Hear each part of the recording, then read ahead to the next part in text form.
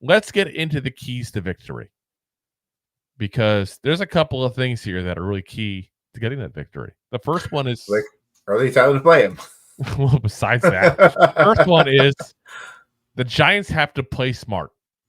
The Browns have had 25 penalties in the first two games, guys. Deshaun Watson has thrown 2 picks in that first game. So considering how bad the Browns offense is, the Giants should play somewhat conservative. And it's going to sound weird me saying that, because I'm usually the one saying throw the goddamn ball down the field. But in this case, play conservative and take the opportunities the Browns are giving you, because the Browns are going to give you opportunities. They're going to get penalties against them. They're going to potentially give up the ball at that point to you when they're not supposed to.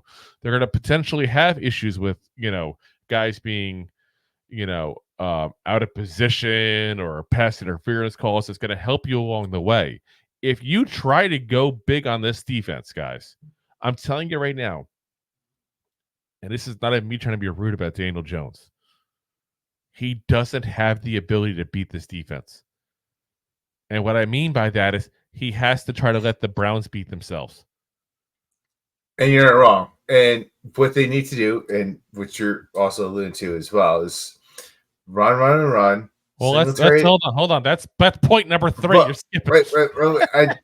But there's no notice update. I'm going with what I got here. There is a note update.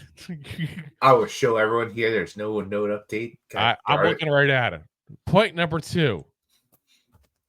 The Giants' new offensive line, like I said, has a huge test. And they have to succeed against a very good defensive line, guys. They have to win this battle. If they don't win this battle and the defensive line keeps getting the backfield, it's going to be a very long day for Giants fans. Because that means Daniel Jones is under duress when he makes mistakes when he's under duress. That means that we're going to have trouble running the ball. This offensive line, we're going to find out how good they are this week. We're going to find out really for sure this time. But I'm actually somewhat confident in the offensive line. It sounds weird. Does that sound weird? Sounds weird. It sounds weird for us to say it. Like, listen, we have not had a pocket in 10 years. We've had a pocket for the past 2 weeks. So if our pocket collapsed within 2.6 seconds, like, we did our job against the Browns. Like, as crazy as that sounds, like, this was like the defense we would go against, and right away, Daniel Jones would get sacked. It's like one of those games where Daniel Jones would be sacked 8-9 times a game.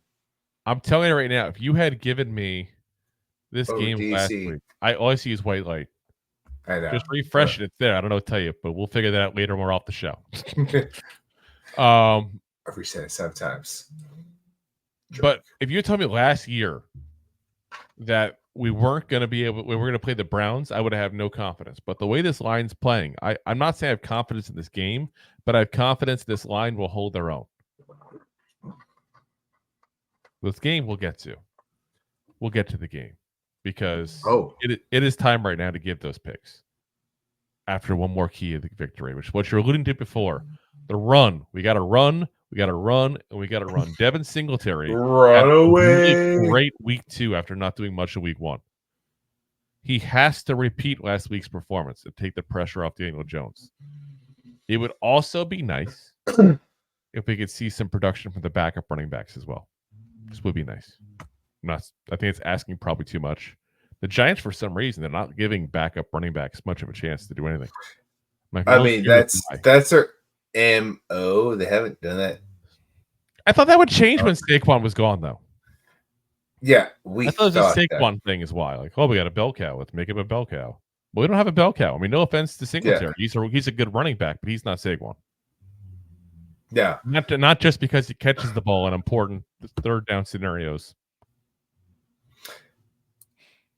Taking a shot. I mean, all right, so let's break down the other defensive line. All right, so we played against the Vikings week 1, and let's be real. Like, their defensive line has held the line. They dug the trenches, and they were good Granted, they didn't have to play CMC week 2, but Jordan Madison had a great week 1. His replacement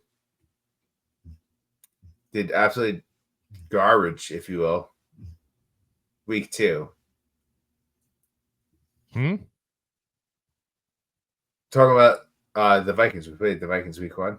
Okay. The defensive line has been stopping the run. So Singletary not having a great game week 1. I got you. You're saying the Vikings are the reason why he didn't have a good game because they stopped the running back for the. I'm not saying that's part of the reason, but yes, yeah. Yeah, but I mean the Commanders also did a good job against the Buccaneers week 1.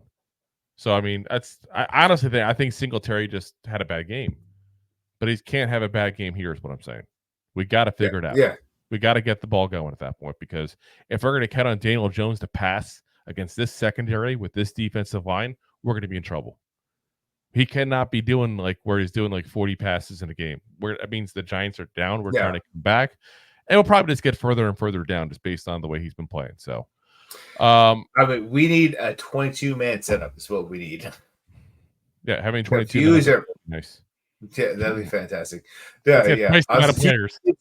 2 tight ends, 2 running backs. That's come on. No, I mean, I think you'll probably see that. You'll probably see that kind of formation a lot more often. I think you'll see, help for the offensive line against his defensive line. I think you might finally see, because we didn't see, Jacob last week, the fullback, popping in really too much. I think we're going to probably see some of that. I'm telling you right now, I think if I can look at the stats and figure out that the Browns are really good against the pass and average against the run, the Giants also know that. It's not like I have some secret addition to these stats that nobody else can see at that point. So, I mean, I think they'll try to run the ball. But if they're not successful, they're going to have to pivot. And that's what's going to be a little scary if they have to pivot. So, yeah. Let's get into our predictions for the game here, guys. So, as we talk about this game here, and we'll get into all our picks for all the games here next week here, but as we record this here on Wednesday night, the Browns are a 6.5 point favorite, and the over-under is 38.5. So they're definitely not expecting a close game, and they're definitely not expecting a blowout offensively by anybody. I'm going to say this. I think we lose this game still. I really do, but I think we're going to lose a close game. And that's my gut feeling is we're going to lose a close game, which I know sounds, pretty bad considering what's happened the last, 2 weeks here, especially last week. But I really think we're going 0-3 here. The negativity has just gotten me. You got bit by that bug because I was right in that terrible train that you were talking about, but I think the Giants win this game. I think they're going to squeak out and do right. I just think there's enough injuries on the Browns.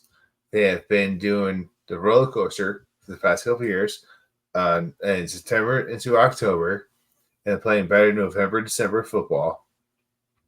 That we're playing them at the right time. We are also coming off a terrible loss where we should have won. Let's be real. And I don't think the Browns, their offense is that much better than the Commanders' offense. Yeah, no, I mean, the Browns' offense and the Commanders' offense, I think the Browns' offense is better on paper, but the Commanders have been doing similar output-wise at that point. That's the difference. But I'm telling you right now, if we keep letting them go into the red zone, and we kept letting the Commanders do last week, we're going to be screwed because they actually have been good in the red zone. 100%. So I'm going to take the Giants to win. All right, you're a brave man there. If you like that clip, then you will love the full episodes too. Find us on your favorite podcast app and look for us on all your favorite social media platforms. Thanks so much. Please, I'm begging you. Please subscribe.